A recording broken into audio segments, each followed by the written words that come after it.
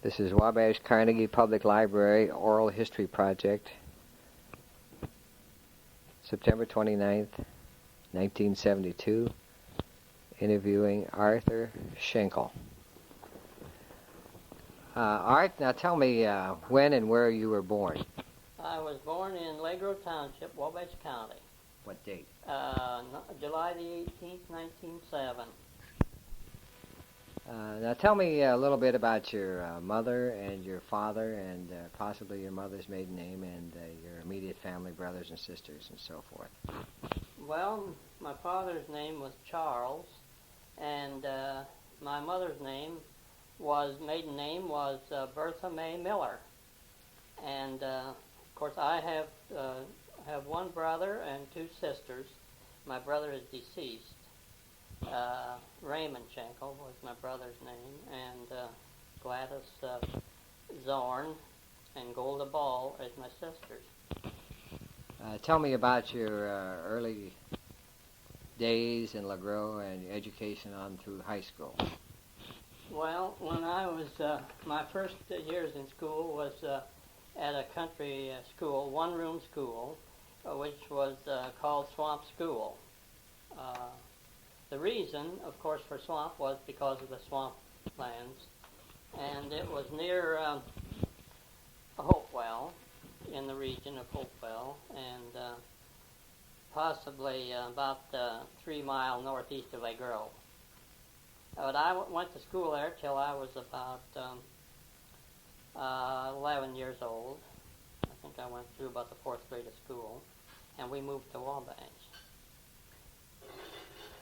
Where did you go to continue your education then in Wabash? Then I went to the Westward School, and from the 4th grade through to the 6th. And then we moved to the East End. I went to Eastward. I went through grade school up there. Did you go to Wabash High School? Yes. And I graduated from Wabash High School. What year? 1926. What did you do in 1926 when you finished school? Well, in 1926 in June, the day before school ended, I think we were going to have baccalaureate that night. I went down to Honeywell and applied for a job, and I got it, which I went to work practically the same day after school had ended. And then I continued there till 1930, which was Depression had come, or 1930, when the Depression hit, and I was laid off. So my time then was spent, which I created a job with a dairy, working with a dairy. Going back to 1926, you say you started the day after graduation. Why did you happen to go to Honeywell's, and who was the personnel man, or what was the procedure for hiring back in those days? Well, at that time, Kenneth Roby was a superintendent, and I knew that Honeywell's was a real good place to work because some of the people, as a kid, I used to follow basketball. Their basketball teams they'd have, at the gymnasium. I knew a lot of the men that worked there, which were young men then. And I'd go down, and I kind of had a feeling that I wanted to work at Honeywell's. So I went down, and of course Mr. Roby was a very nice man. He was a man I always liked. And he hired me out of a bunch of about 50 that morning. Mm-hmm. And I never did understand why, because I was one of the smallest ones that was there. Yeah. What was the starting wage, and what was your initial occupation with Honeywell? Well, I think I started about 37.5 cents an hour. And my first job was they were digging a elevator for an elevator shaft, and I helped wheel the dirt out. And next job I got was whitewashing the basement ceiling, mm-hmm. which was just a starter's job, But I wasn't there very long. In fact, I was wheeling dirt out, and the load was pretty heavy. He seen it was kind of heavy, so Mr. Roby did. And so he said, well, set it down. He said, I got another job for you. So he put me on a bench job. Who were some of the personnel at that time that you can remember that worked at Honeywell, and supervisors and office help and so forth that particularly stick in your mind today? Don Rodaball was possibly one of the main ones. And, of course, we had that. He was the, more or less, one of the executives. And Mickey Shanahan was a purchasing agent. And Mickey McDaniels worked there. Howard Smith. Well, there was Mont Smith and the other Rodaball, Orrin Rodaball was there, and Mr. Shivers, Paul Shivers, which Willard Huff, and of course a lot of the workers was people who are possibly still around here. Some of them aren't, most of them aren't, but a lot of the workers or people probably was around here that maybe some are still around Wabash. What was the Wabash plant of Honeywell manufacturing when you started to work for them? They made AC and DC motors, regulator motors, and humidity controls, which was the main products of their at that time. When did you first see or come in contact with Mark Honeywell? Well, I think about the first or second month that I worked there, he came around and he asked me my name. I told him. Said he's glad to have me working there, which I told him I was just out of high school, which he knew, evidently. But I had many little talks with Mr. Honeywell. Could you give me some of the conversations and some of the incidents that you can remember in relation to Mr. Honeywell? Well, probably. Some of the first things he mentioned was he usually talked about the products. Very seldom that he didn't say something about the products, or he was very much interested in various things going on around the plant. I know one time he got lost in the plant. This was later in his life when he got lost in the plant. After they had built all the additions, he came down and he just couldn't collect himself to find his way out. He had quite a time. And I know one time he mentioned different things about his drinking. He always wanted to buy Coke. He'd go down and buy Cokes and things. At the concession stand, and I know one time he come down and he said, he asked one of the fellows there, he said, have you got a nickel? And he said, I don't have a nickel to buy a Coke, which they all considered was kind of funny, but then he never, that just shows you what a big man is, just normal. He didn't carry change, and which was quite, I think, sort of amusing. I think Mr. Honeywell was, he was a serious thinking man. When we'd have our MNREG Veterans Association meetings at the country club we usually go, he would always get up and talk about his experiences, in the past when he was getting started, and telling how he came up there from Florida, and his folks, and down in the old grist mill, and told his experiences, which to us always was interesting. He always had something to add to it, see. But I always enjoyed him, talking to him. In 1930, you left Honeywell's and went to Schenkel Dairy. No, in 1930 I left, and I was out of work for a little while, but I developed the idea that I could make cottage cheese and sell it, which I did. It wasn't too successful to start. It was kind of a hard battle. But I worked up a business on it because I sold some to hospitals and places where they used the dry curd. Mm-hmm. And I worked that into into a little business, and Zimmerai Jones run his dairy then. And of course he got next to me selling his customers them cheese, and he decided that he would give me a job making cheese, and so I went to work for him on the strength of that, and I made cottage cheese and supplied him the cottage cheese, and he supplied me with extra work to make me a job. So Which dairy was this? C.H. Jones, Zimmerai Jones Dairy. Where was that located? That was on Fisher Street, next to the railroad, where the Wabash Railroad is. All right, and then how long did you stay on the cottage cheese making, and then what did you do? Well, I stayed with Jones until Producers Creamery bought him out. And then I was with Producers for about 3 years. And in fact, I worked there till I was offered a job with Weeks Bakery. And I got more money, which was quite nice then. At that time, it amounted to quite a bit of a raise, and so I went with him, and I worked for them till they went out of business. Mr. Weeks died. And in the meantime, I got a job went in business with my brother-in-law in a dairy then. Mm-hmm. We had a dairy in East End, the Sunrise Dairy. And who was your brother-in-law? Paul Sinclair. We had that for about a year. And we decided that it just wasn't too good. So I got my job back at Honeywell then. What year would this be? That was in 1941, in February the 1st, 1941.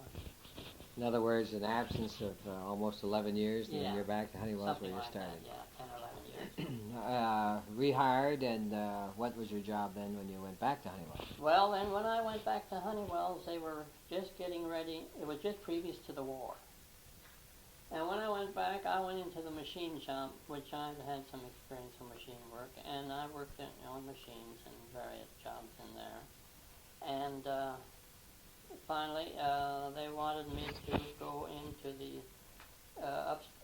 the gear department, building gears for motors, which I did. And I was in the gear assembly when the war broke out. And I remained in that capacity, and we were trying to do commercial work along with war work. It gradually had to work in, the war work worked in on our commercial. And of course I was working a lot of times on commercial work during the day, and then on overtime we'd have to work on war work. And it was quite a long procedure to get that thing converted over into this thing so they could function and function real good, which they did. In fact, we won quite a few citations for our efforts in the war work. And I still think that they have some of their flags that the emblems that they were given. What hours would you be working in 1941, 42? The hours you were working? Well, we would go to work. They had 3 shifts, and I think it was from 7 till 11, and 11 till in the morning, which would be another 8 hours. That must have been 6 or so in the morning, and then that one would take on at 7 and go on till 4 again. But on our overtime, we would work usually. We'd work around 4 to 5 hours a day, during the war. This was overtime. Overtime. That would make a 12, 13-hour day then? Yes. And Sundays we worked, mostly on Sundays too. You'd work 7 days a week then?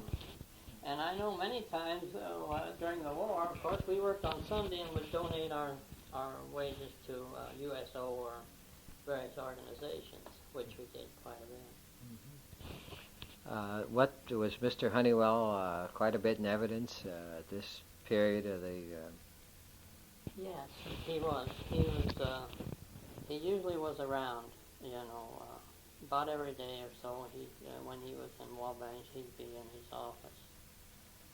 Marvel Walrod was a big instrument with him. She really knew the business, and she was a very valuable to Mr. Honeywell in my estimation.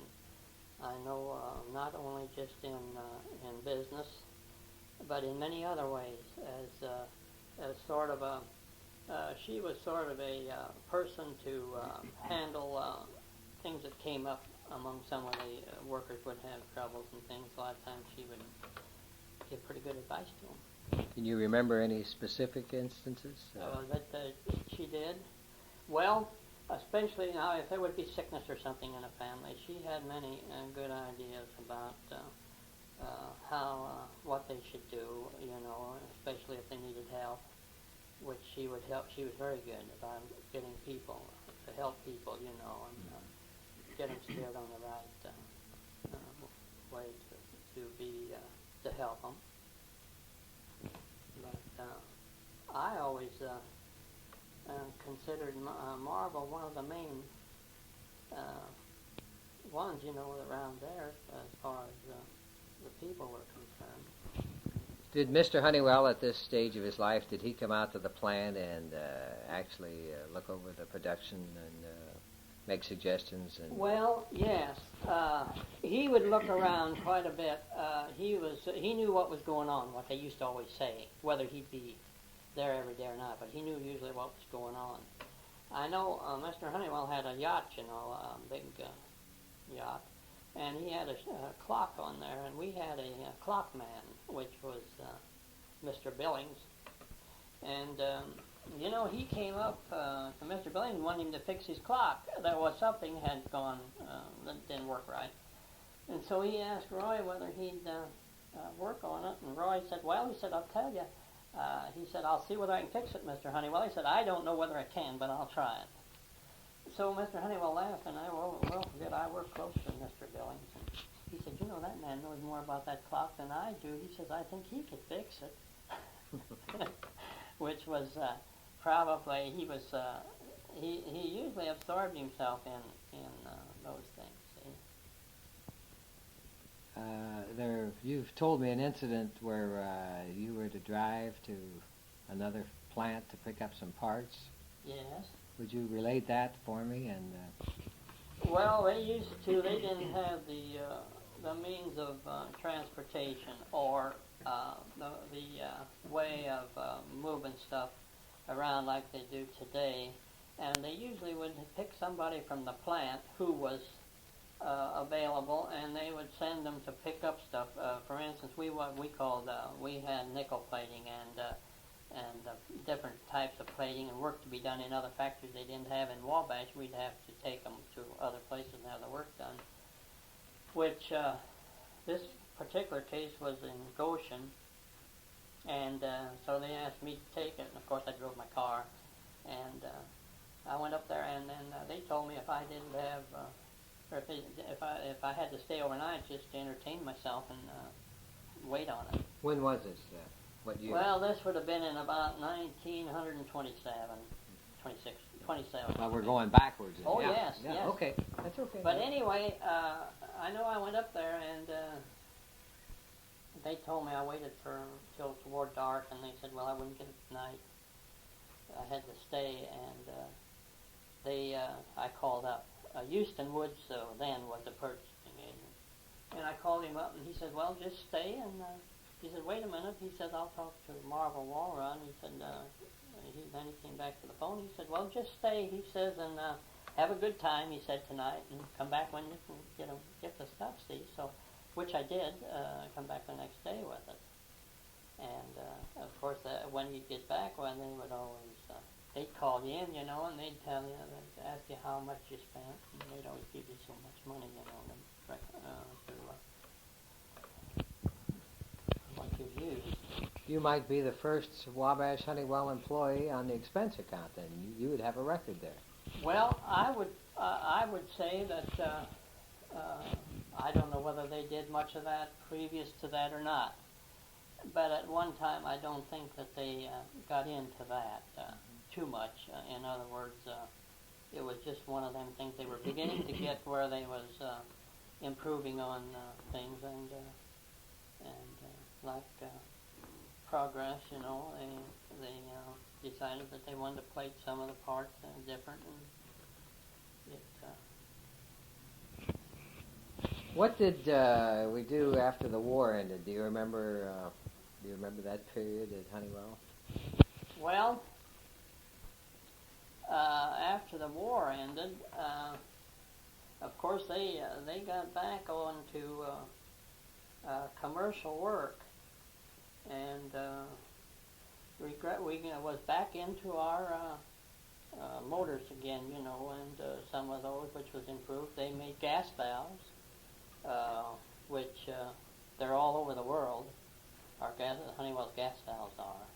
And, of course, during that time, we had gotten into some work, I think, that carried over from the war, and they had an airplane heater valve that they developed.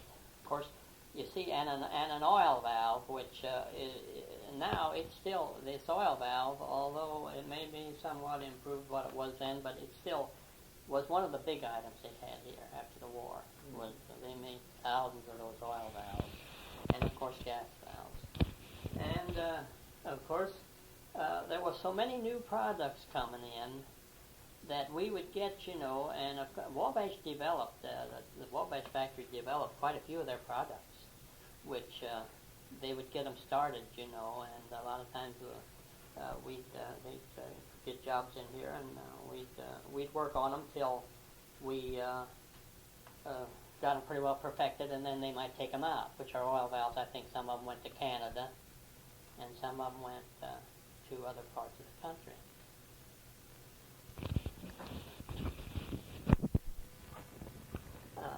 Whenever you're ready. Let me tell you about the old German glass blower was here. Actually, he was an Austrian. And what was his name? His name was Weigel, A.J. Weigel. I think his name was Alfonso, or it doesn't matter too much.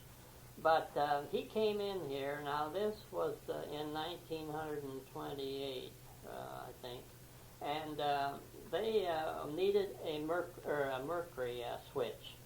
And he had the patent on the machinery to make one, which was hand-blown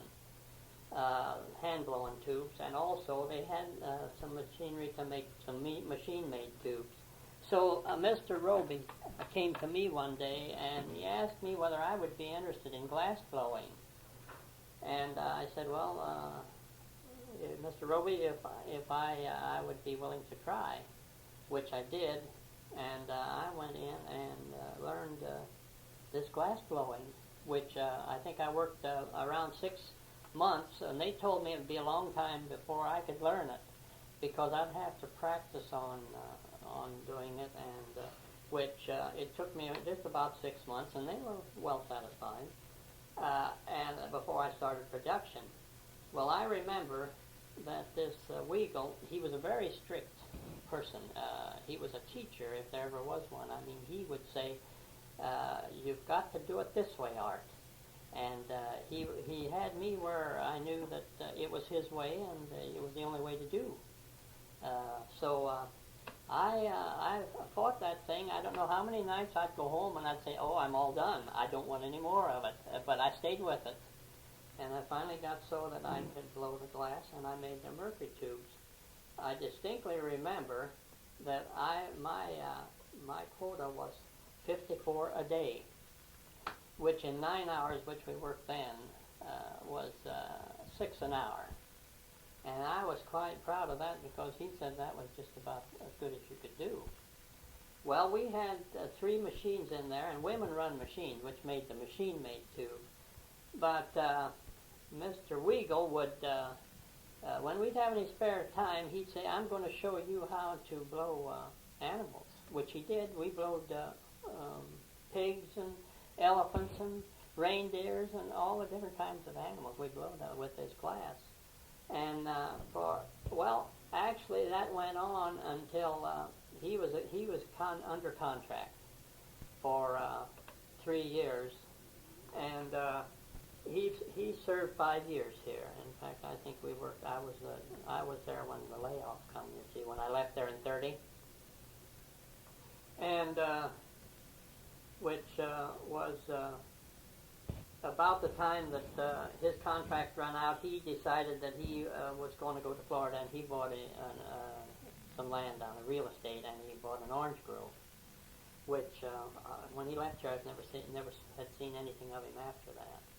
But I stayed till the order was out. I run the tubes till the order was out, which the company at that time bought out the thermostat company in Elkhart, and they made tubes and glass mercury switches and tubes.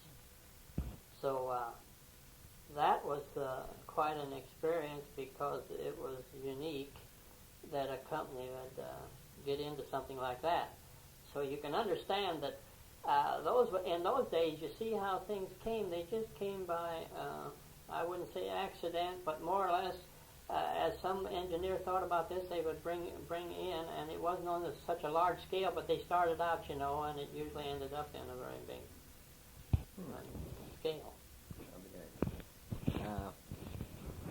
What was it, how many hours a day? You mentioned you worked 9 hours a day? Well, at that time we worked, I want to say this, we worked 40 or 50 hours a week. I should have mentioned that before.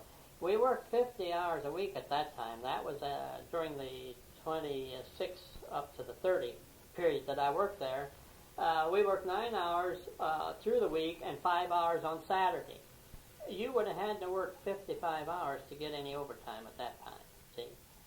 In other words, 55 hours, 50 hours was a regular work week, but you still had to work 55 hours before you got overtime.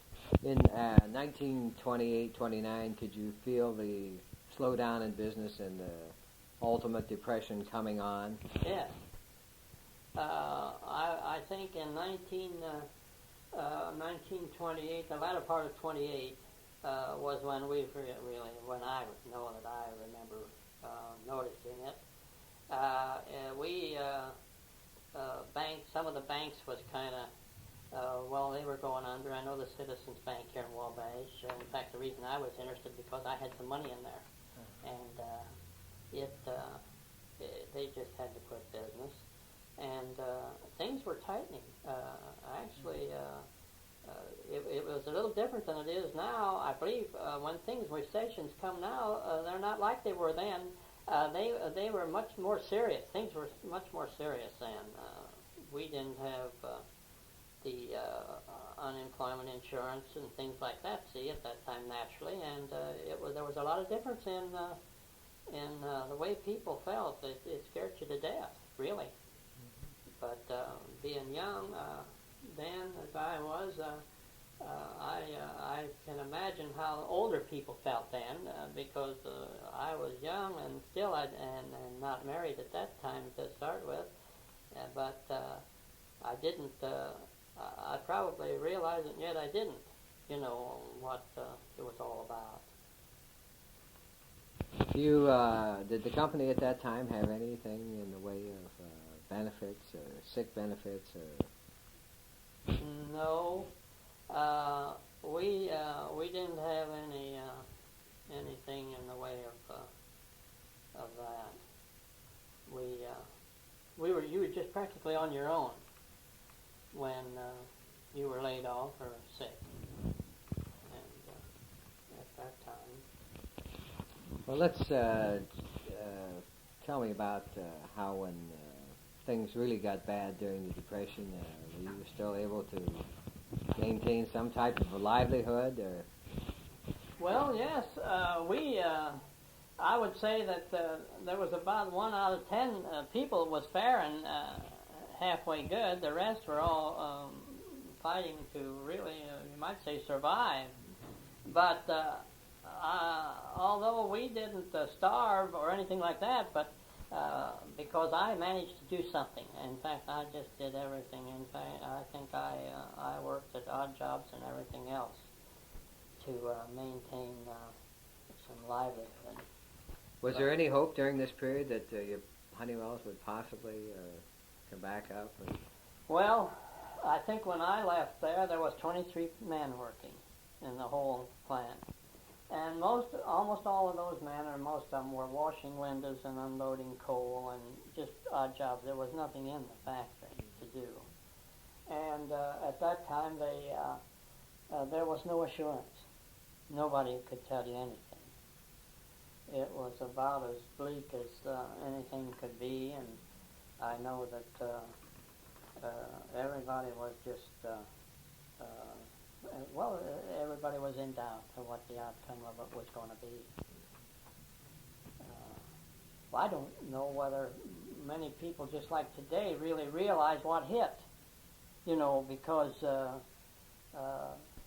naturally they found out, that it was serious, more serious. But would you keep in touch with the office, or how did you go about communicating with the factory? Know if there was a job, or was going to be a job? Or? Well, yes, I usually would inquire around, and ask them if I'd get down around, but there was nobody could tell you anything, really, at that time. What outside factors and forces, what was the mood of the community now that we had sunk into a depression? And obviously one of the backbones of the community was down to, I think you said 23 men. And yeah. What was the mood politically and socially and so forth of the community at that time? Well, at that time, of course, we began to get into the new, into this new era. Hoover was leaving, and Roosevelt was coming in to office, and it seemed like the thing that came about, and to me always was a godsend, and that was he came on with this work program, which was the NRA. Mm-hmm. And I at that time had gotten to work for Zimmer I. Jones at that time, and I could understand more because previous to this I was delivering milk, and welfare had so many customers that we were supplying milk to that they cut the quality of the milk down. They had to.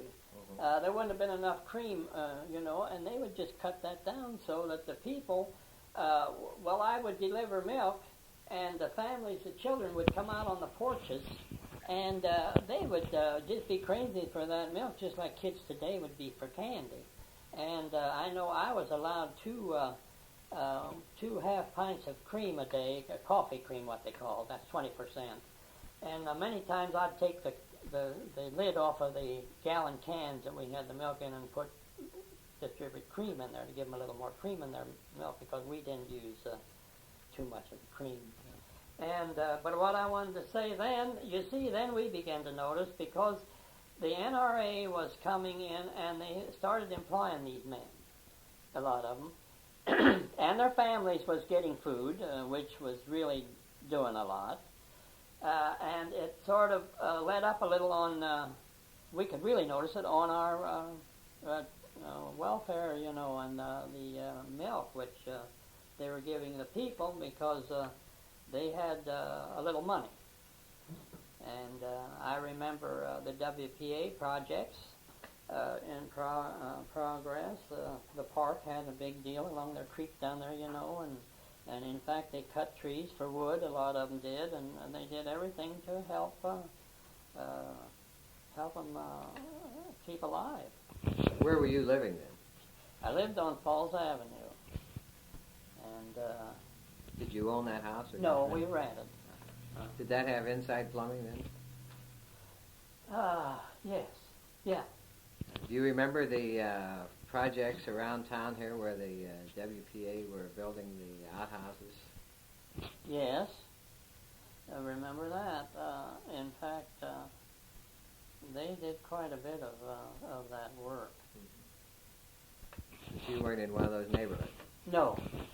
Tell me about some of the living costs now during the Depression here in Wabash. Well, I remember when we first was married, $5 was our grocery money a week, and rent run from $8 to $12 a month, and that was just very nice houses, and I think bread was selling for about 8 cents a loaf at that time, and milk 10 cents a quart, which was some of the prices I remember. Mm-hmm. Potatoes were cheap. In fact, a lot of food stuff was, at that time I imagine they would have considered it was high, but it really wasn't in proportion as high as it is now in proportion. What did you have an automobile? I did part of the time until things really got rough, and then I didn't own a car. I think I got a car in 19. I had a car up till in 1930, 1 or 32, and then I didn't have one for several years. What was happening to the Honeywell factory during this period that you were keeping in touch and so forth? Well, they were getting back on their feet, slowly getting back on their feet. And it seems that I remember that a year or so before the war, in the late 30s, I'd say 37, I might mention, that I think they were starting to get that back climb up again. Their work was picking up, and they were climbing back up. They could have gained some more in the meantime before that, but at that time I wasn't paying too much attention to what was going on there because I was busy working in dairy work, and during those years. But I know that it was pretty lively around there when I went back, see, in 41. But I was sure glad to get back. After all them depression years, really, and business really wasn't real good because one of the reasons in milk business, people didn't have money to, they wasn't fixed financially to carry, for you to carry them. We wasn't either, on the bill with bills, and they'd want to run bills, and it was kind of hard. So back to Honeywell's, they had gone from their low of 23 when you left, and what would you estimate the number of employees when you came back there in 41? Well, when I came back there, I can't say for sure, but I would estimate there was around 300 to 400 people there then. Which later on, we got up to 600 or better. During the war. Uh-huh. Now, the plant, of course, was where at that time? It was on Canal Street, where it was where the plain dealer is now, and on up to the corner. They had that whole. You see, that one end of the building was the old mill, where the plain dealer is now. And of course, Mr. Honeywell had that all worked over, and they put a brick finish on the outside.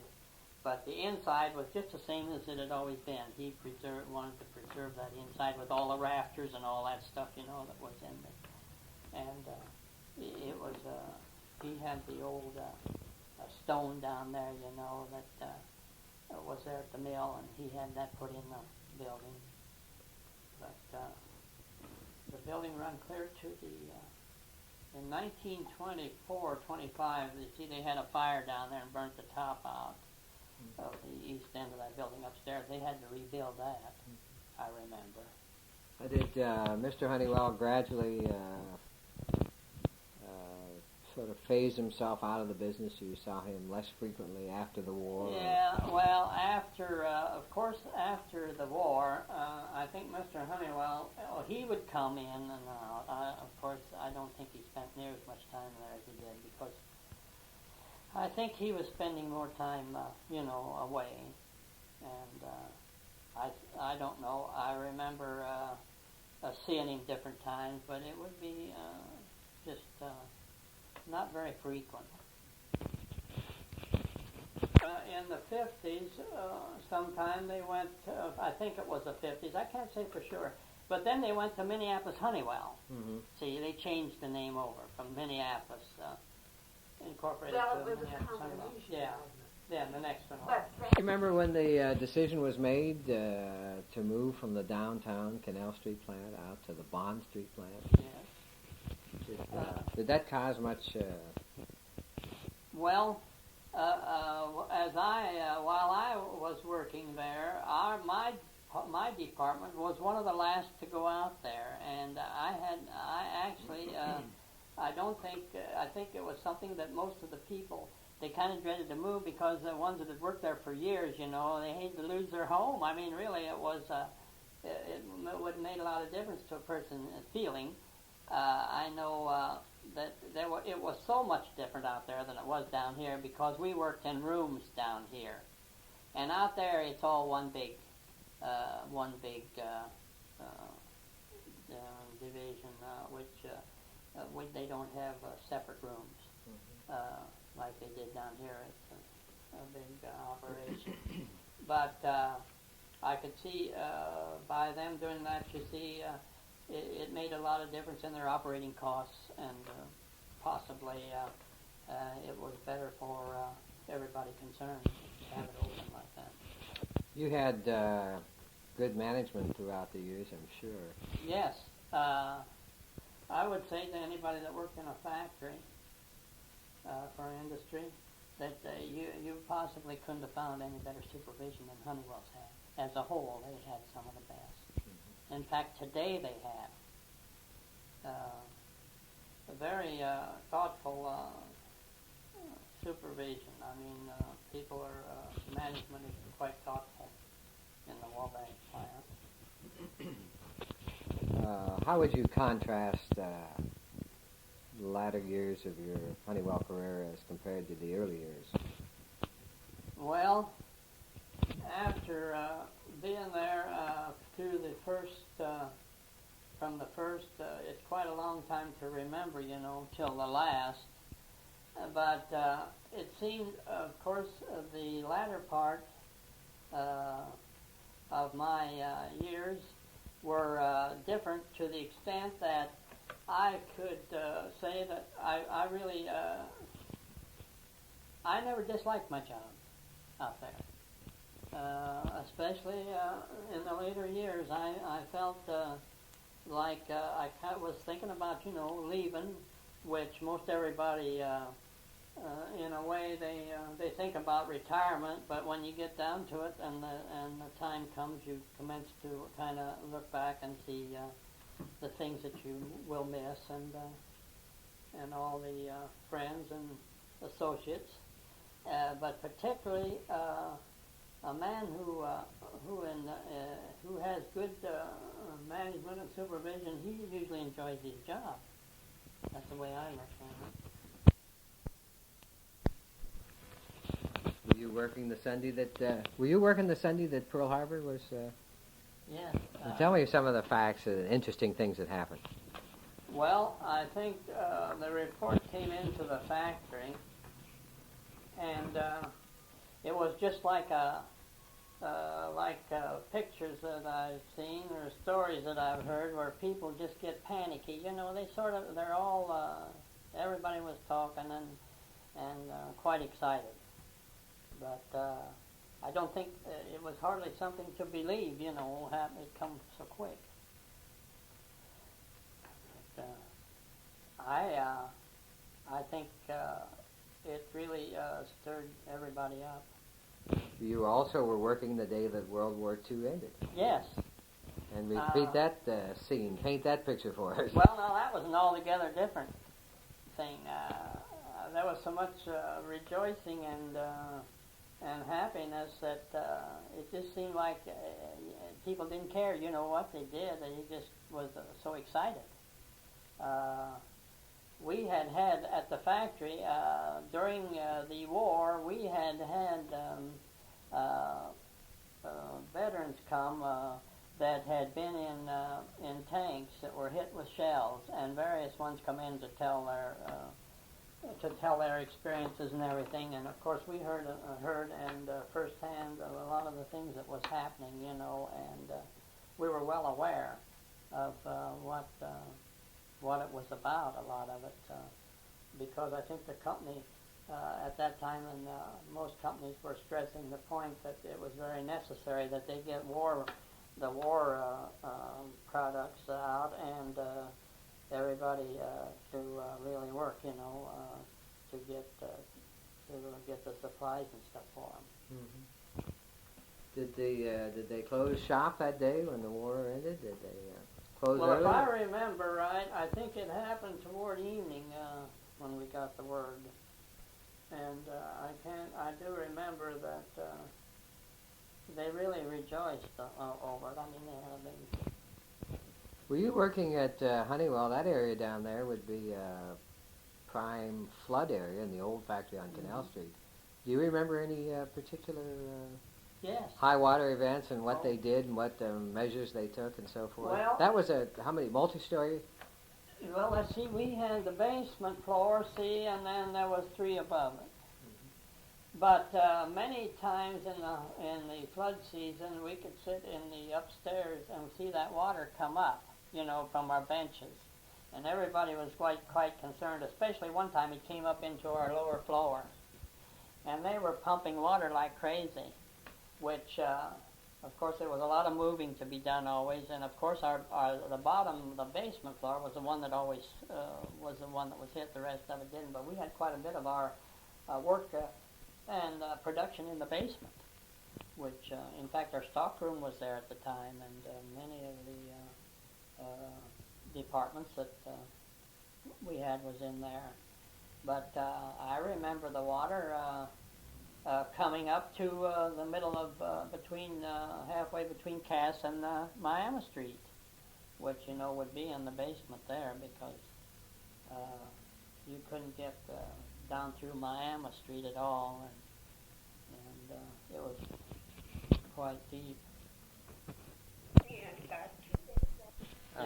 All right, tell us now about the merger of the Minneapolis Regulator Company and Honeywell Corporation in fall of 1927, as you remember. Well, the merger took place in the late fall of 1927, which was the Minneapolis Heat Regulator Company and Honeywell Heating Specialties Company, and companies decided to join together because Honeywell's was giving Minneapolis a lot of competition, in fact, stiff competition. So when they joined, Honeywell was declared the president of the company, and W.R. Sweat was named the chairman of the board. The deal consumed several months, which was one of the large mergers of the day. And at that time, the Honeywell and also the Minneapolis, Minneapolis Heat Regulator Company and the Honeywell Specialties Company were selling their heat regulators, the salesmen were, from door to door, and which they did that until 1935, I think it was when they abandoned that. And they went to putting out engineers and specialty men. They were specialists on their sales forces, and they abandoned the door-to-door. It got bigger, that's how they do. So that was what happened there. Did you remember the local salesmen around here going door-to-door with these furnace controls? Well, I think at one time Louis Stevenson was one, and possibly Reed Matthews, which are both deceased now, were 2, and I think one of the Rodaball men. And now, while we're on this, I mentioned about the merger. Of course, Don Rodaball was one of our big men here, one of the most important of the executives, and he had devoted his lifetime to the Honeywell company, and he was very much responsible for the success of the company. He had a father that worked there, he was real old, and he worked just in the factory. His father did, but the whole thing was down that most all these men, like Mr. Teague, Joseph Teague, and Don Rodaball, and Willard Huff, which Willard Huff was later, his Wabash man was later one of the big board members of the Minneapolis company. They were all men who were very devoted to the company. What was their relation with Mark Honeywell? Were they all personal friends? Or? That's right. They went to work for him and worked for him practically from the start of his business career. Well, let's go back to this early period of your employment at Honeywell's in 1926 and 27, Art. Well, during the year of 26 when I went there, and 27 and into 28, Honeywell's had 4 plants. They were distributed. They wasn't very large. They were buildings mostly, and one of them was on Wabash Street, where the filing supplies. That was the number 2 plant, which was the large one. It was even larger than the Canal Street plant in floor space. That would be South Wabash Street, about... Yes, where the filing supplies. Yeah, that'd be a block south of Canal Street. Yes. And another one they had was on Miami Street, where DeRay has the motorcycle shop now, that building in there, which belonged to Brown at the time, Brown Trucking. Now that would be half a block south of Water Street. Yes. On Miami Street. That's right. And another one was on Wabash. The one on Wabash Street was next to this building across the railroad track, north of the building that they had, the big building they had, which would be where the trustee's office is now. It's a building with apartments up above, and they used that. The engineers and the draftsmen were in that place. They had that for their work place. Then later, they after the of course later in the time, Honeywell took over the Ford Meter Box building, which was during World War II. Now, where was that? That was where the Ford Meter Box was on South Carroll. South Carroll. You know where that is, across from the old General Electric building. Right. Now, would this be in addition to the Canal Street plant? Yes, that was another plant. They used that because they had to enlarge for war work, and a lot of our war work was done there. You see, Honeywell's made telescope lens for tanks during the war, and which they required quite a bit of extra space.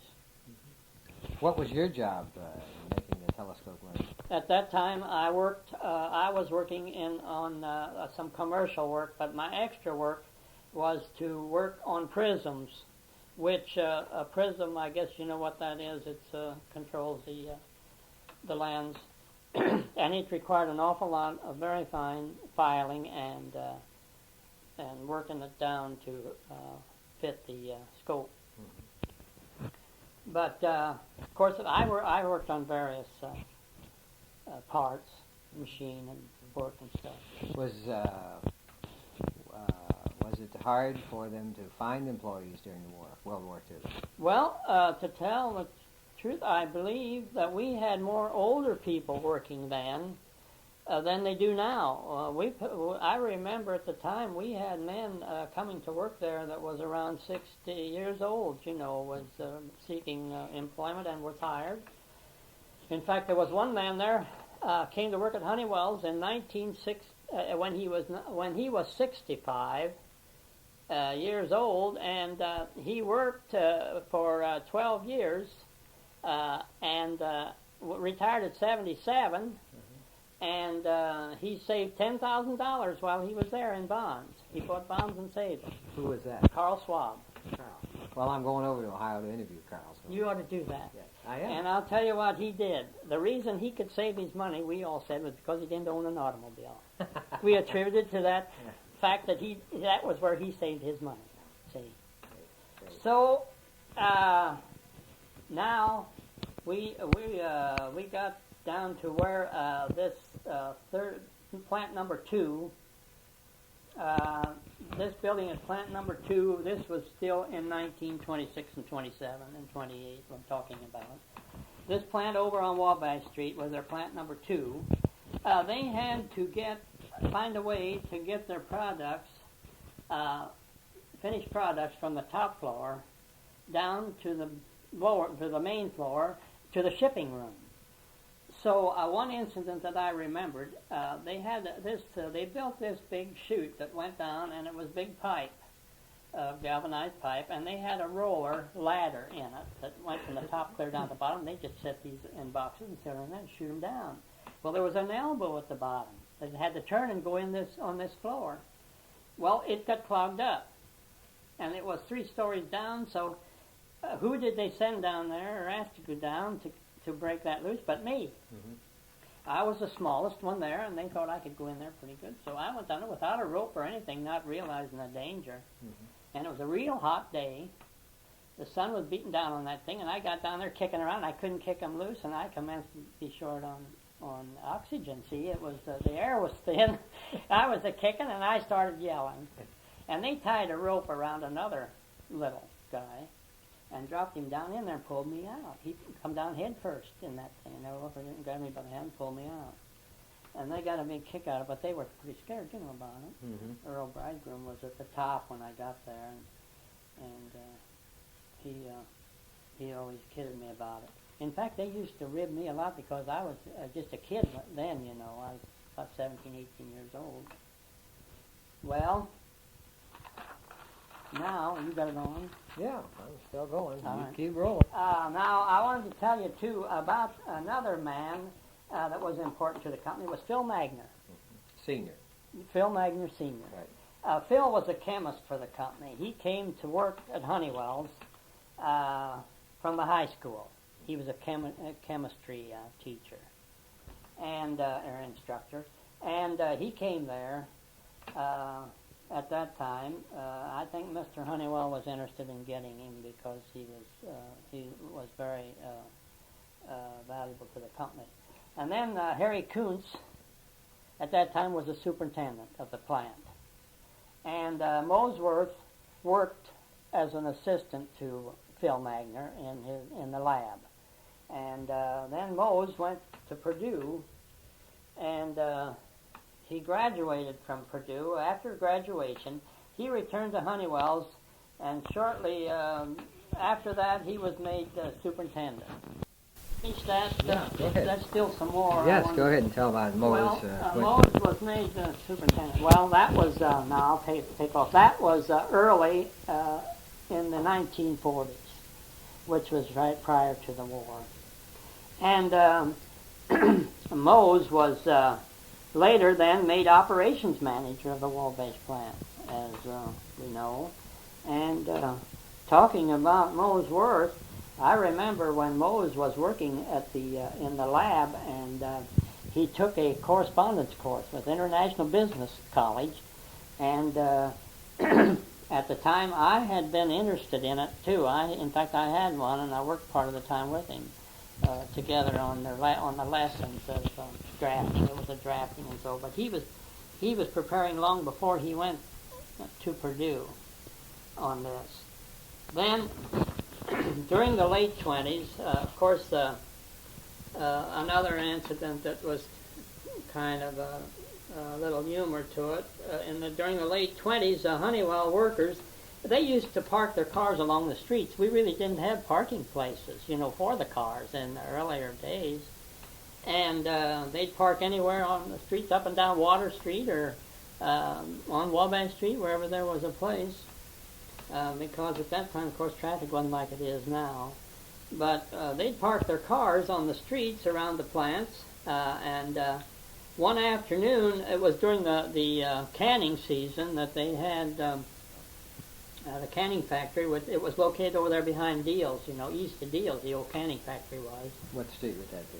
Well, that is east Columbus. It'd be south of the bridge on Columbus. Yeah, East. well, part of the Deals is part of that building yet, I think. I don't think they did away with all of it. That's where the canning factory was. Well, they were hauling. They used to haul these peas out in the field some way with a machine, and it was out north around Urbana. They were hauling these peas, and they ran them through some kind of process. They were steaming hot. And they were hauling them from there into Wabash, down the Wabash Street Hill, over to the canning company to can them. So, but this truck came down. They were running those trucks, and this one truck was an old Model T Ford that had a gear shift in it. It was one of them makeshift trucks. And evidently, That thing came down the hill with that big load of iron baskets of peas. They were big iron baskets of them. They were heavy. And he came down the Wabash Street hill, and his brakes failed to take, and he was trying to get the car into gear, reverse or something to throw it, but that old truck was a-weaving, and by the time it hit that railroad track down there by Honeywell's, plant number 2, it was weaving so much them baskets was flying everywhere, see? They were really rolling, and all at once somebody yelled to me. I was my bench where I worked was right close, and somebody was looking out the window and said, "Oh boy, come and look at your car." And when I went down went to the window to look down, I couldn't see my car hardly for peas. And there was an old guy there with a basket, a nickel basket. Well, you know what a nickel basket was? It was a long basket, and about that deep. And he was scooping those peas up in that basket, and everybody was scooping the peas up. Well, anyway, what happened, this guy went to a man that hit the truck. He didn't get the truck stopped. It just kept going. And I looked around, and one man said, "Oh, my goodness," he said, "look at my car." And he had a touring car, and had one of them cloth tops on it, them old-fashioned ones, and he took the whole top off, one of them baskets. Well, anyway, unluckily for me, they had no insurance. I collected no insurance on it. It took the value of my car down to about $45.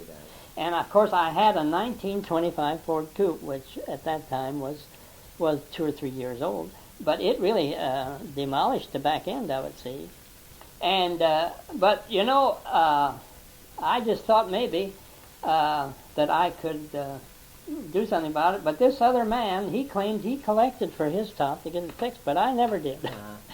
Well, so then getting into a more serious side was Lou Nickham at that time was a general foreman, and they had 2. At that time, it seemed like the plant number 2 had more real activity than the one on Canal Street, because most of the production was there, the big production. And at that time, the work we did required probably more space than the type of work we did later, because for some reason our products were more bulkier, or they required more room to make. And some of the foremen we had were supervisors was Earl Bridegroom, Albert Weibel, Russell Myers, who later was with the water company, and Bill Catton, he was from Peru, and Clarence LaFollette, he's retired, lives out in the north end, Howard Smith down on Hill Street, and Bussy Martin, who was the foreman over the tool and die makers. And he was a good one. And then Kenneth Roby, who later was sent to Minneapolis, was the superintendent. Now, he was a superintendent when I went there. Now, that is... Where were the corporate offices in those days? Where were the company offices? For the whole organization, Minneapolis. Yeah. You see, at that time, Minneapolis didn't have but few plants. I mean, they didn't have... they just seemed to grow all at once, really. But at that time, Minneapolis and Wabash, and they had about 3 or 4 plants over the country then, Where did Mr. Honeywell spend his time? Did he? Well, I don't think he spent much time in the other plants. I think it was here, and possibly he was interested in activities around Florida too, there later especially. But then I don't know. Do you want to hear about the? During the war, the rationing? And Sure. All right. Sure, that's part of the history of the company. Well, now there was during the war, there was rationing on tires and gasoline. You're talking about World War II. Yes. And there was no permits issued, hardly ever, to anyone unless they were to be used on on vital occupation or something that was essential to war effort. So it was almost impossible to get tires. And gasoline was limited. I tell you, you wouldn't take a ride to Fort Wayne and back because you wouldn't have enough gas to do that if you wasn't a special privilege. And now for Boy Scouts or organizations like that, they granted that's the way they would grant it on for that is transporting Boy Scouts or any civic work that they thought was necessary. See? And everybody was trying to get into that, so they could get gasoline. In fact, a lot of them was. But tires. In fact, I couldn't get tires, and my tires was getting pretty thin. But I got a hold of. I had some used ones. So what did I do? But I slipped one tire over the other. I had one tire on the car that was pumped up, would be pumped up with air. But to save that tire, I'd slip another tire over it. And you think that wasn't a job to get one tire over another one? That was just like really a half a day's work, to get one on there. But I did. And that darn car would ride like you was riding on the rims. It rode so hard, with that extra. Because at that time, anyway, tires was most of them pressure tires. Mm-hmm. And anyway, it was rough riding. But that was when I finally abandoned an automobile. Because you just couldn't drive a car without tires, and the gasoline, you didn't have gasoline. Well, no, let's see. I went through this, going through this to see that the work week used to be 50 hours, and there was no unemployment compensation, whatever. There was some life insurance, but it was very meager, which I don't imagine it paid over maybe $300 or $400. And no vacation was paid at that time. I'm talking about previous to World War II. And no holidays was paid until, like I say, after the war, during the war. And we had to work 55 hours before overtime was paid. We did have a social club, and we paid 25 cents a week that went in the kitty. And they used that to throw a party once in a while, which we would meet usually and have our parties up over the Rock City in the Maccabee Hall, what they call the Maccabee Hall was up there. And we'd have a lot of fun. Because at that time we had some men that worked for our company. One man in particular, whose name was Windoffer, Charles Windoffer, and he was a very witty man. In fact, in his later life, he was a major in the Army, I think, and he had a son that was a major in the Army, and they lived in Florida in their later life. In fact, he came from when he worked here. He lived out southwest of here, around Somerset, but he could preach a sermon on Sunday to the church, but he also could get out and he could really tell some wild tales and really get a crowd stirred up. I mean, he'd entertain them and they liked it. Mm-hmm. Well, and those things, and when we'd have a company picnic or anything, practically they'd turn out 90%. Which they don't nowadays, Mm-hmm. Well, and now I don't know, but who seemed to be the leader of this mini regiment? At that time, well, I think we had one man, possibly was one of the leaders, would have been Mr. Shivers, and I think Mr. Kester, Glenn Kester was one, and of course every year they'd have a new one, but some of these, a lot of these people that was interested in it, and they'd have they'd have all of their committees would work hard, and they'd always make a big endeavor to have a big party, when they had them. But thinking back, it seemed like some of these activities and everything they had was more people partook in them. Back in the early period when you started after 1926, what type work clothes and what type plant safety was practiced here? Well, I don't think that they were near as particular about safety then as they are now. Although we had accidents that did happen, and our clothes was just ordinary work clothes that we wore. I remember I used to dress. Of course, the clothes wasn't then like they are in style or anything, but they were similar in comparison to what we wear now to work. But I remember an incident that happened, if you want to hear about it, that Bill Kitzmiller worked on the maintenance crew. And he was working under a big press that weighed 2 or 3 tons. And his boss had come through, and they had a block under it.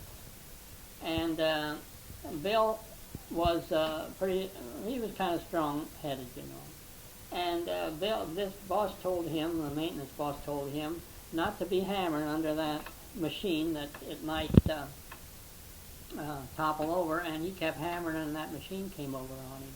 And it just happened, to my misfortune, that I come through the door of the press room when it went over on him, and it had a little wheel on it with a handle, and when that come down, why, that thing went on top of him, and the little handle on the wheel kept it off just enough, but it crushed almost all the bones in his hips and his legs.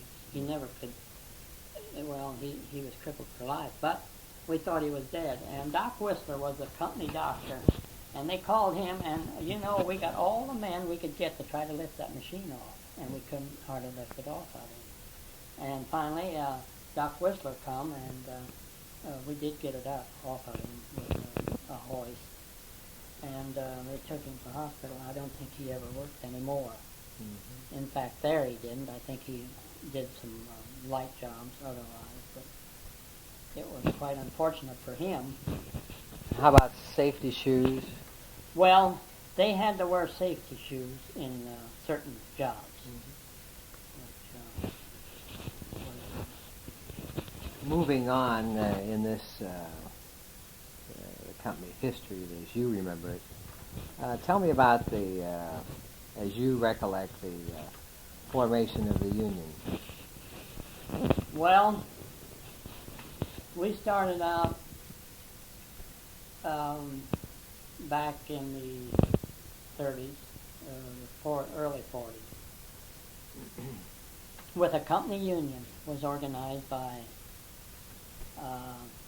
members of the factory. We had no outside leaders. We were all company, belonged to the company working.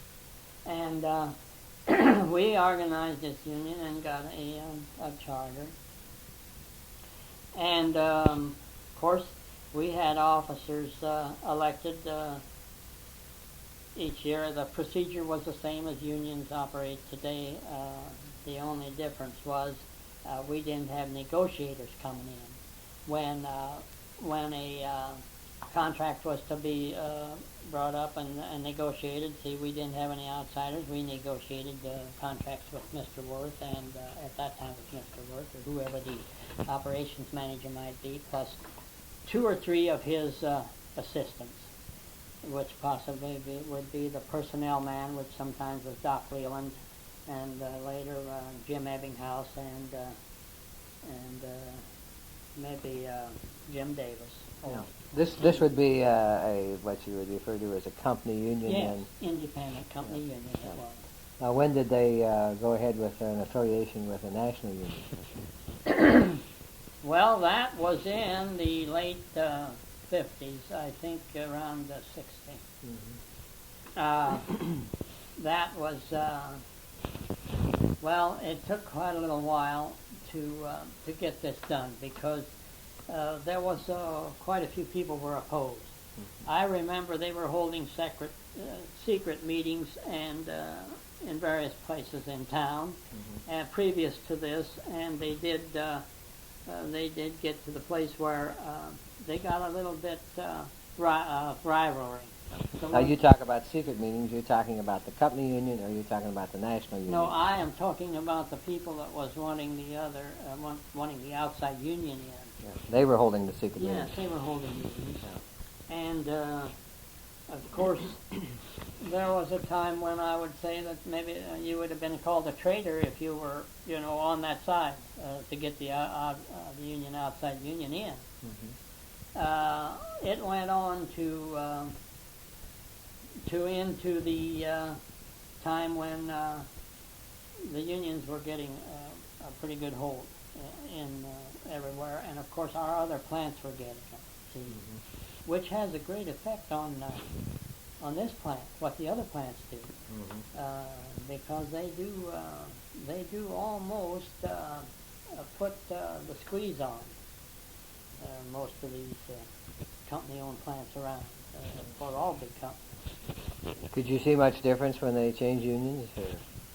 Well, at first I didn't see too much. I mean, there wasn't any real radical changes.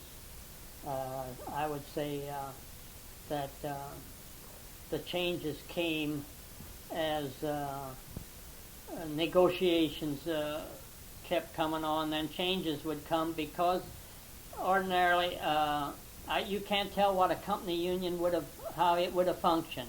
We functioned real well while we did. But other than that, it's just like saying back what might have happened if it had been this way or that way. We don't know what might have happened, if the company union had stayed in. But I believe that the people, they got enough people that wanted to change, and it just couldn't be any other way. See? Do you feel that the ordinary employee was well satisfied with his employment and his wages and his working conditions and so forth? Well, there was times when they wasn't, but there was many times when I believe that the average employee was fairly well satisfied, because I can say that I believe my connections with Honeywell I believe that they had more people who went along, and really they did. We had some small majorities or minorities, I might say, that could be troublesome. But as a whole, I think the majority of them was pretty good about going along with the plans and the propositions that was made to them. See, because in the time we only had one walkout. And that was probably due to more or less minor difficulties, which it wasn't any big obstacle that was in the way. But I think really, I believe that the union, that the people at Honeywell's, that as a whole did pretty good by the union, or by the company, because I believe they did. We have many times, I know that our management was only on one occasion did I remember that there was some ill feelings. I can't remember. That was just after they moved out to the Bond Street factory, and there was a few incidents that happened that caused a few hard feelings, but afterward, everything seemed to iron out. In your career, spanning some 35, 40 years, who would you say the hardest person to work for and the most pleasant? Out there? Well, I don't know, but if I can go back, I can say that I had a German, an elderly German man that was my boss when I worked in the stockroom. His name was Paul Bornfeld. Now, I liked him real well. But he was a man that was the toughest guy to work for. The reason probably that he was, I was young, of course, and we had another kid that worked in the stock room, and he was wild. He just chewed tobacco, and you know how aggravating that is around a place where you're trying to keep it neat. And this Mr. Bornfeld would invariably be eating him out, you know, and he'd just do things to torment him.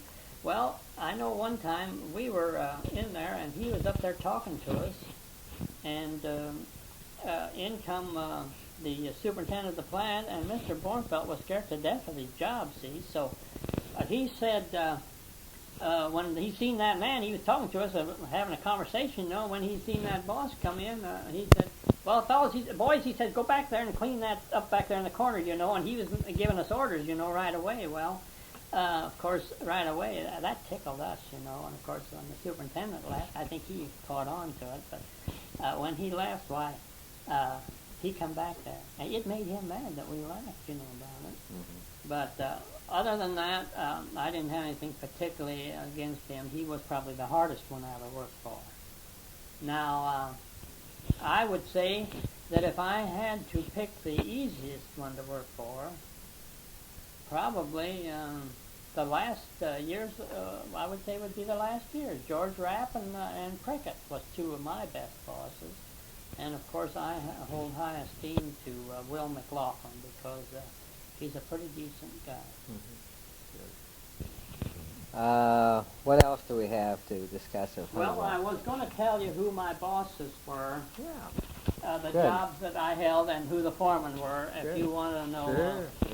Which, when at first it was the assembly, worked on assembly, assembled gears. You wouldn't have to have offhand remember some of the dates.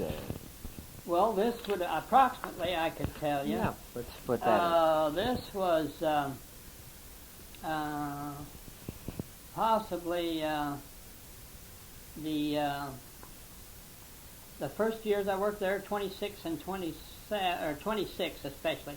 I assembled the gears in the motors, which was those DC and AC motors I was telling you about. Mm-hmm. And that was my foreman there, who was Clarence LaFollette.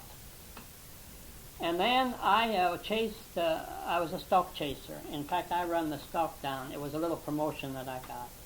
But I was a stock chaser, and I used to have to run this stock down from all these four plants, you know, that was scattered around where this stock was being made up. And I'd have to locate the stock and then see that it got on a truck and got to its destination. And by the way, one time I was walking as a stock chaser. I was walking down the street to between the plants, and they had told me, the girls in the office had told me that they wanted some sandwiches. And I was carrying in hot sandwiches from Bradley's drugstore on the corner there, you know, of Canal and Wabash Street. And I didn't think about it being wrong. And anyway, I usually bought bandages and first aid supplies. That was part of my job, too. Well, I was in there, and I went in to get some bandages and Band-Aids and supplies. And in the meantime, before I went back to order them, I ordered these sandwiches that these office girls had wanted me to bring in. And I was back there waiting to get the supplies, and Mr. Roderball walked in, which, as I told you, was one of the big executives. And he said, would you have a Coke, Schenk? And I said, I believe not. And I was so uneasy that Coke I couldn't have even drank. And I was standing there, you know, and this girl said, oh, what was it you wanted on these sandwiches? And he didn't say a word, and I went back and picked up my supplies, and I came back up and paid the girl for the sandwiches, and we walked across the street together down to the plant, Plant 2, talking about various things. And I got down to the plant and was down around the stock room, and the phone rang and said I was wanted in Mr. Rodeball's office. And I went up there, and I'll never forget him. He was sitting as straight as a stick at his desk. And he said, would you please sit down? And I sat down. And he proceeded to tell me that that was against the policy rule, the company rules, the policy to carry sandwiches in, which was true. And right then I seen where I shouldn't have been doing it. So I promised him I wouldn't do it anymore. And he was nice about it, but he just was very sober about it too, which made me feel a little guilty. Then going from the stock chaser, which was that was just a short time later. Then I went into I worked in the stock room for Paul Bornfeld was his name, and that was right at the time that the Minneapolis company bought him out, which would have been the late 27. And then I went from that time. Of course, that was when I left them, went over to blowing glass for the mercury tubes.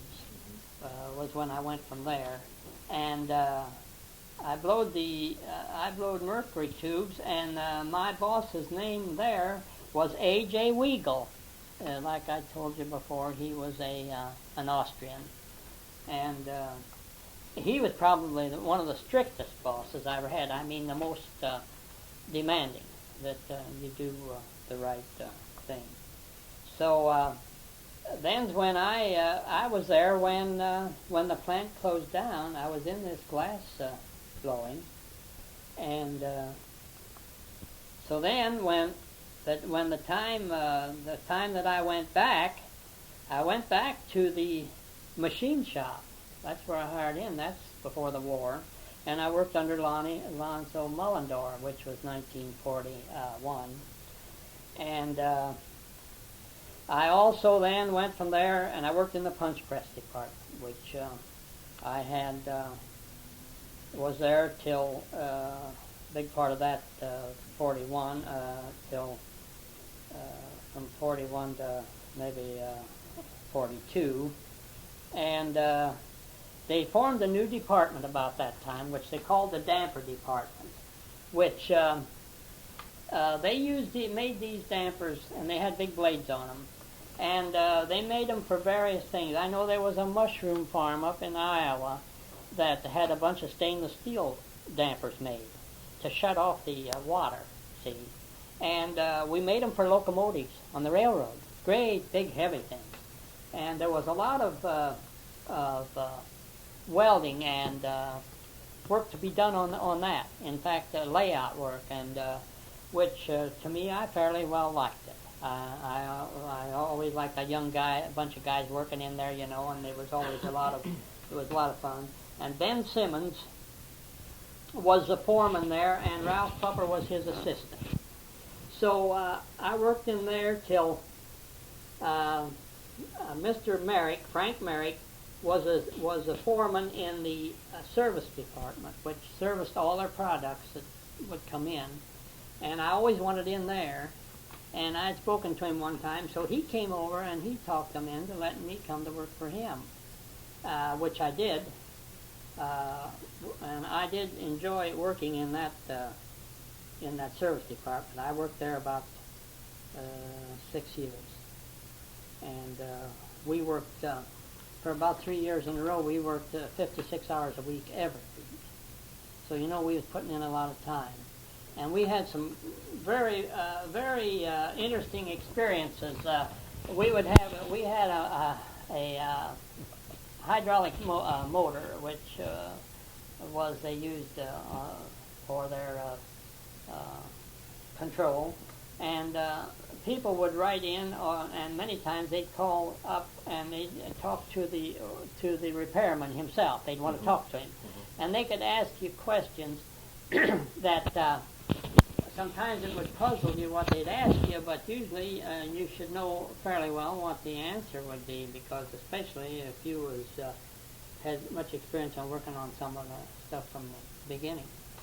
But I worked there until they did away with the service department.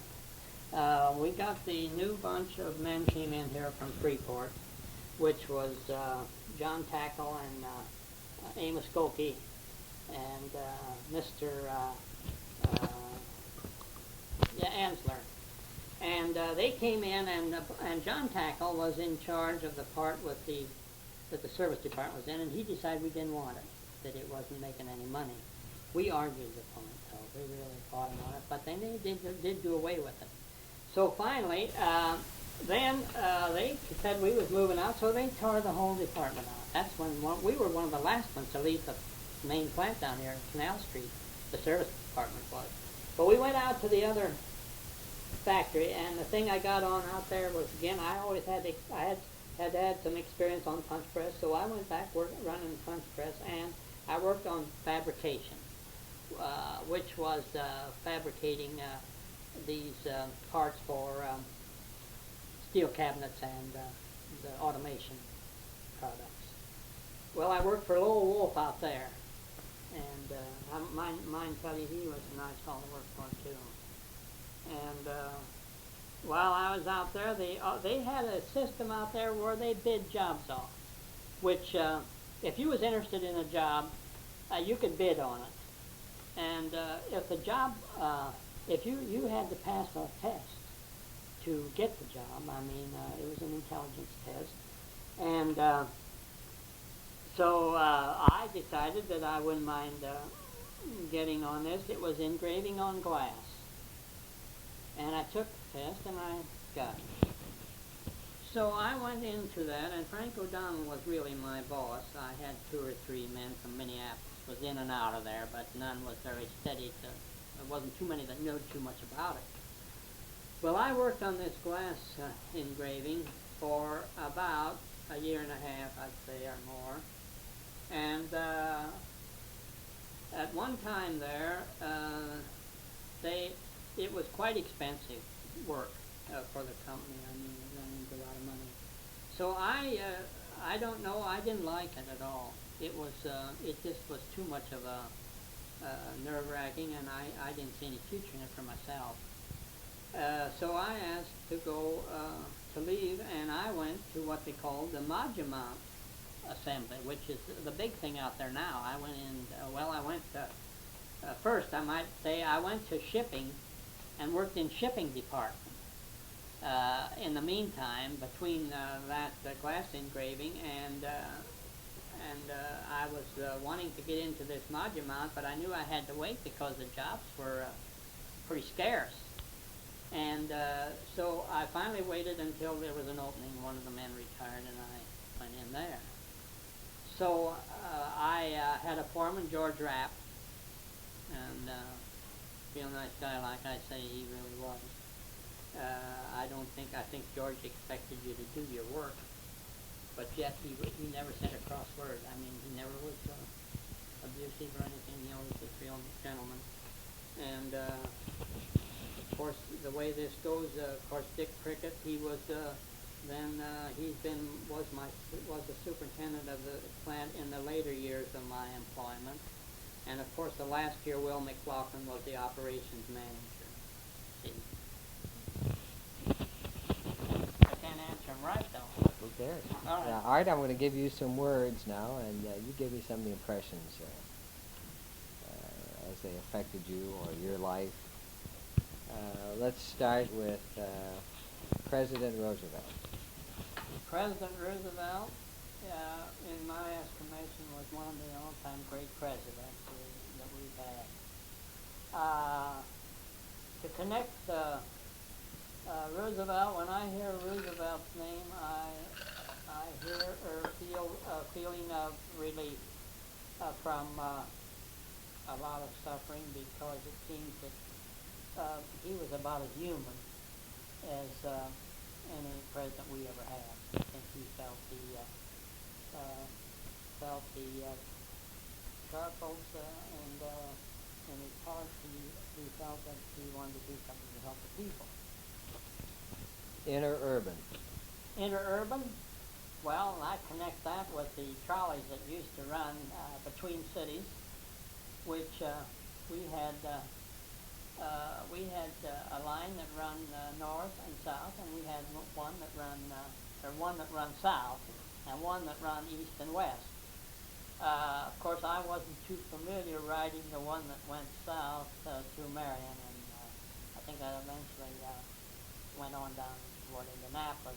But I did ride the one that went to Huntington and Peru, and I don't think at that time I ever rode as far as Fort Wayne, because I know as a young person I never got much farther than maybe over to Grant County or Miami County. We didn't get around too much then. We'd go to Huntington young people. How about Ku Klux Klan? Ku Klux Klan, well, to me, it was a pretty scary thing, I mean, as a kid.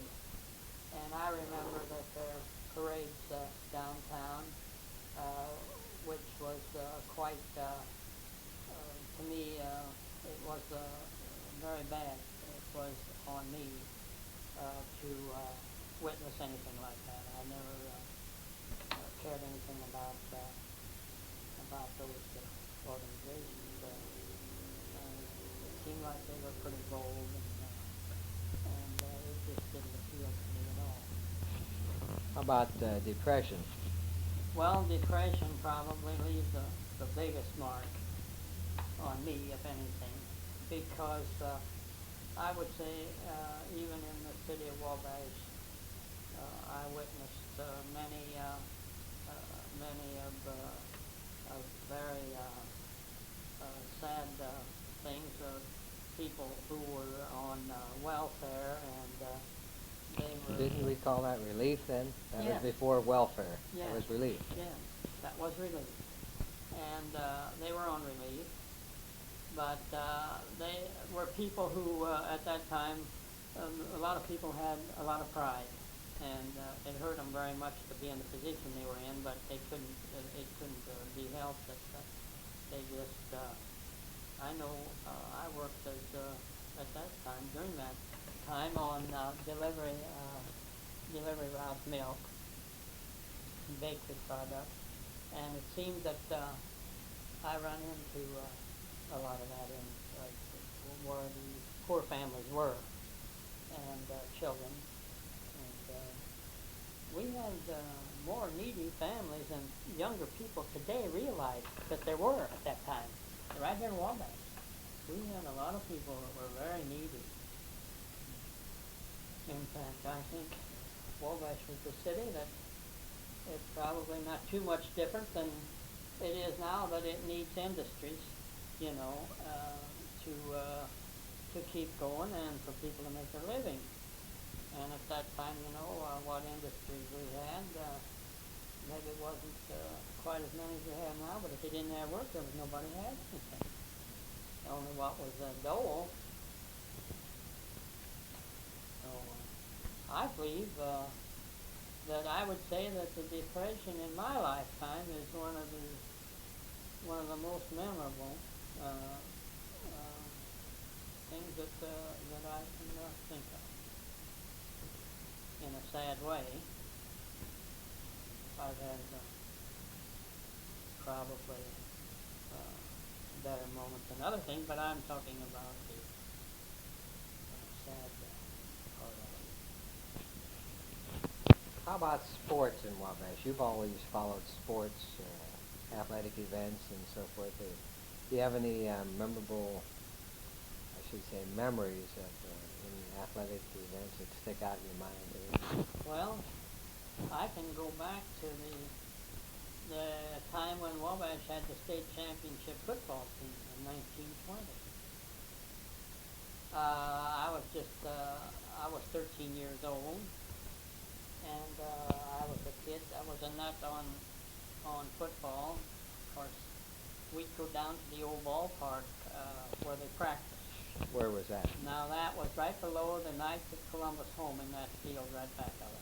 That would be South Carroll. South Carroll Street. On the west side, or on the east side of the street on Carroll, right back over that ground there was the next to nothing. That would be about 50 yards north of the river on South Carroll Street. Yes.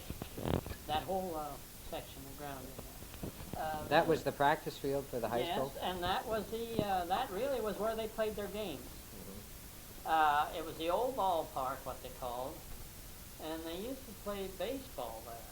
The old semi-pro teams that came in here from Peru, and Peru had a team, and Wabash had what they called the Wabash Grays, and they had always on Sunday they had games. And then, of course, they also had professional football games, and Wabash always had a team. In fact, the WAA team, you know, was one of the big ones. Now, they was just, I saw the last of the WAA team play, which one time I saw Billy Milner play. Of course, like I say, I was about 12, 13 years old, and at that time I didn't realize just how great a football town this was, because we played the top teams. We even played Notre Dame. WAA did here. Getting back to the state football team, give me some of the highlights of that. Well, State champions, I should say. yeah, the state champions. Of course, I can name some of the players. I don't know whether I can get them all. But we had Red Anderson, who lives on the south side now. He was an end, one end.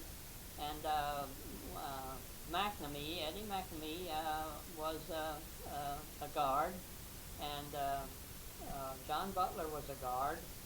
And John Egan was a tackle. John Egan is later a doctor in Ohio. Or dentist he was, I don't know what he was. And we had Johnny Murphy, or Charlie Murphy was an end. And the Butler boy, Stu Butler and John Butler, they were brothers, and Stu was the center. And the quarterback was Billy Wilson, old Dr. Wilson, who was a mayor at one time, was his son. You know, Eloise Wilson, her brother. He was a quarterback. And we had a Negro, Jumbo Frazier was the halfback, and Lawrence Marks, Bob Marks' brother, was the other halfback, and Willard Lichty was the fullback. Now, if you think that wasn't a tough football team, in fact, they won the state championship, and Leroy Carpenter was their coach. And then it seemed that they really was riding along about the time that the old WAA, you know, was fading out. And they played, I still remember this, I think if Jim Weiss could tell you a story about the deal. They played this Dayton Steel team from Ohio, Dayton, Ohio, high school team. And it was one of the best teams in the nation, and Wabash beat them the year before when they had the 20th team. But they had to schedule them a game for the next year, which was 21, and they went up there to play, and they beat Wabash 108-6. And the only touchdown that they got was Larry Marks. Larry Marks caught a pass and run the full length of the field, which he got a lot of credit for against that team. But Jim Weiss played on that team, and they told a joke, I don't know how true it was, but they told a joke that this Wabash team went out there, and they said, when the play was getting ready to go, they say, look at that airplane, you know, and those guys would all look up, and then they'd run and push them over. See, that's the story they told. That's the way Marks got a touchdown, but that wasn't true.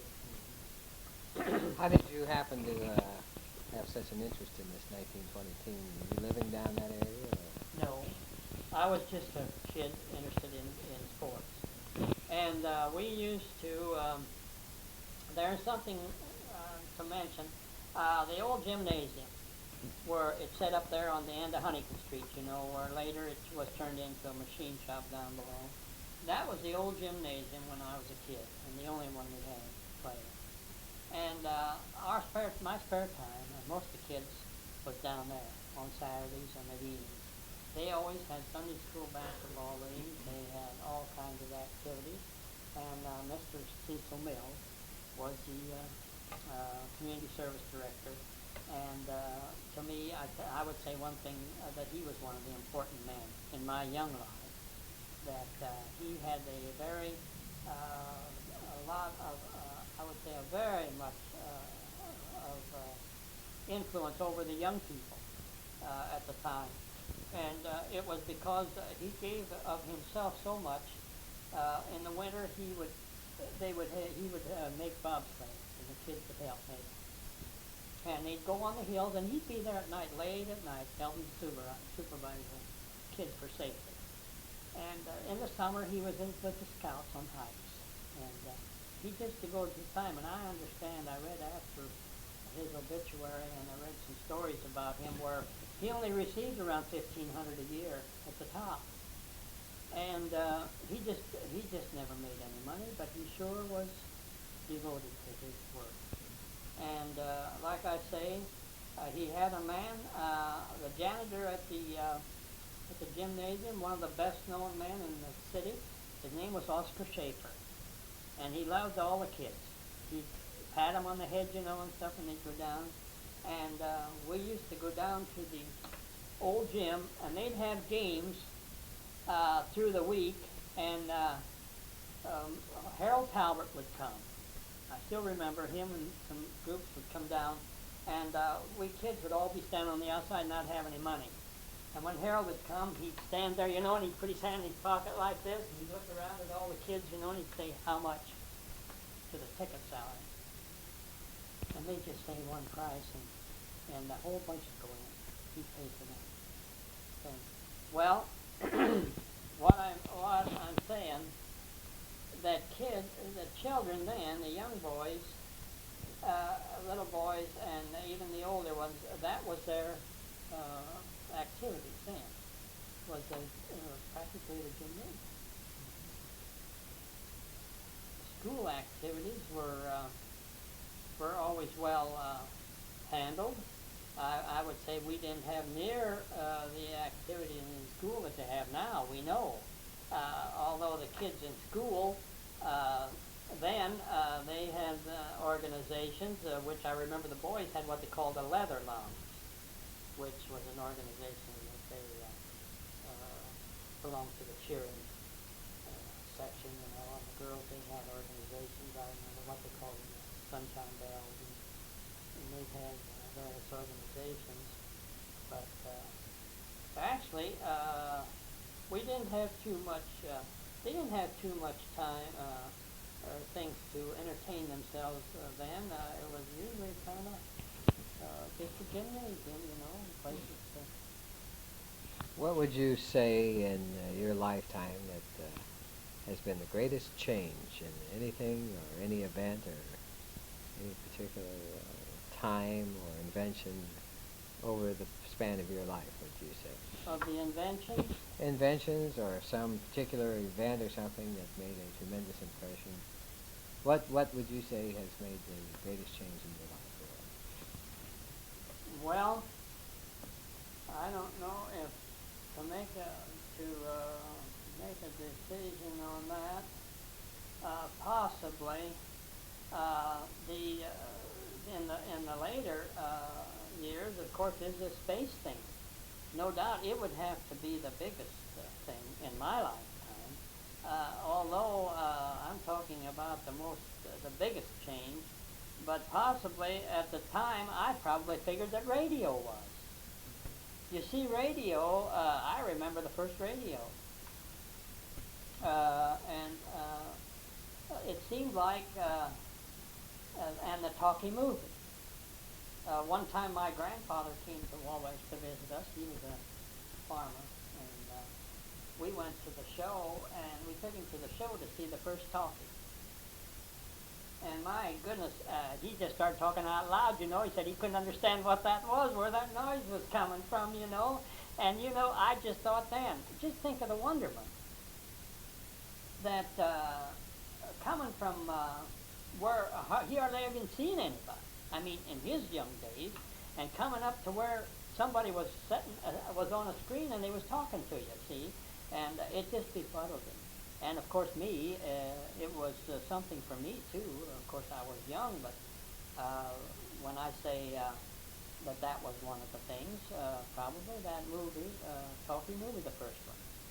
And when it come right down to it, the radio probably to me was about as much of a blow because we were getting news other than by newspapers and 2 weeks old news. We was getting it daily. See, now if you kind of grow up into that, you can notice just what it does, how it does affect you. But those things have been I didn't think too much about automobiles. I mean, the changes in cars and even airplanes didn't impress me near like maybe radio and talking movies. Albie Watson told me the thing that impressed him was the telephone. Well, of course, now you see the telephone. The first I knew about telephones was when they had the long ring and the short ring, which everybody had a ring on a line, and a long and a short, or two longs and a short, or whatever it was. I still could never understand why they didn't get them mixed up more when they be talking, or going to talk to somebody. But they seemed to hold it pretty well under control, and it was pretty important to those early people. I remember my grandmother. She used to. She'd get on that phone, and I'm telling you, what news they didn't get, And it wasn't really anything. It was just somebody had told somebody else something, and they pass it on. When you were a child, what were some of the home remedies that your mother used on you? Well, we were strict users of possibly. They used to use a sulfur and lard. And I don't know, we used a lot of turpentine. In fact, that was one of the things. You drank it or you rubbed it on? Well, sometimes they put it with sugar, and you could take it for various ailments. They had a cure for almost everything then, And, of course, some of the things I don't remember too much, but they were made with roots and herbs, some of the treatments or medicines that they made and used. I don't know really. I believe that there was peddlers came through when I first remember, and they sold what they called a Pain King, and it was a cure-all for anything. They called it Porter's Pain King, and then they had liniment, which they sold. They'd sell the same liniment for horses and cows as they would the people, I mean, it was answered the same purpose, I guess. Well, thanks to you, Art Schenkel. This is George Dingleby at the Wabash Carnegie Public Library Oral History Program.